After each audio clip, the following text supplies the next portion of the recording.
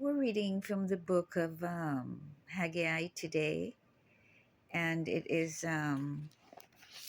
just briefly explaining, and that's Haggai, Haggai 1. Now, it has been well said, if you aim at nothing, you will hit it every time because you're not aiming for anything.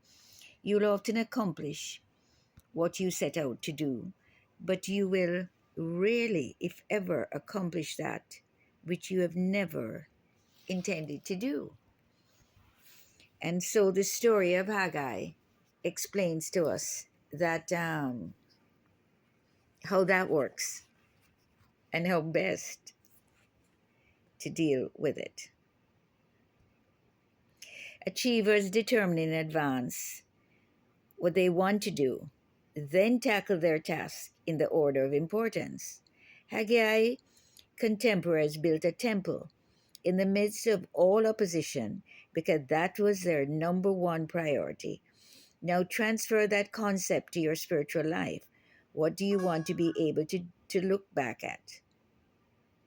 To your spiritual life. What do you want to be able to do when you reach the age, say the age of 40?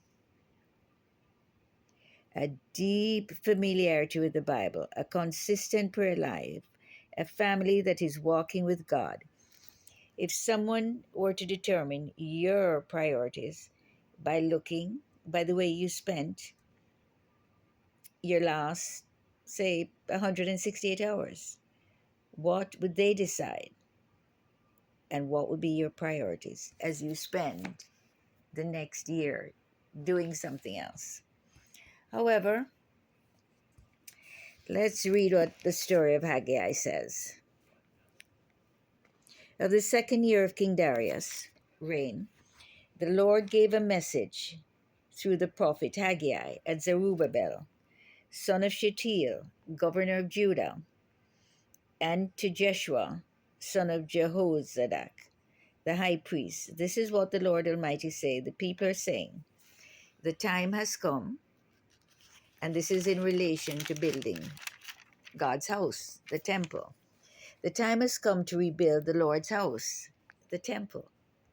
We know he no longer needs a temple that's built by hands, but he needs a home. He needs a temple. The temple is his home. The temple is his home, standing in the earth saying God is king and we honor him. So the Lord sent the message through the prophet Haggai. Why are you living in luxurious homes while my house lies in ruins? This is what the Lord Almighty says. Consider how things are going. For you have planted much but harvested little. You have food to eat, but not enough to fill you up. You have wine to drink, but not enough to satisfy your thirst. You have clothing to wear, but not enough to keep you warm. Your wages disappear as those you were putting them in pockets filled with holes. But this is what the Lord Almighty says. Consider how things are going for you. Now go into the hills, bring it down, timber, and rebuild my house. Then I will take pleasure in it and be honored, says the Lord. You hoped for rich harvests, but they were poor. And when you brought your harvest home, I blew it away. Why? Because my house lies in ruins.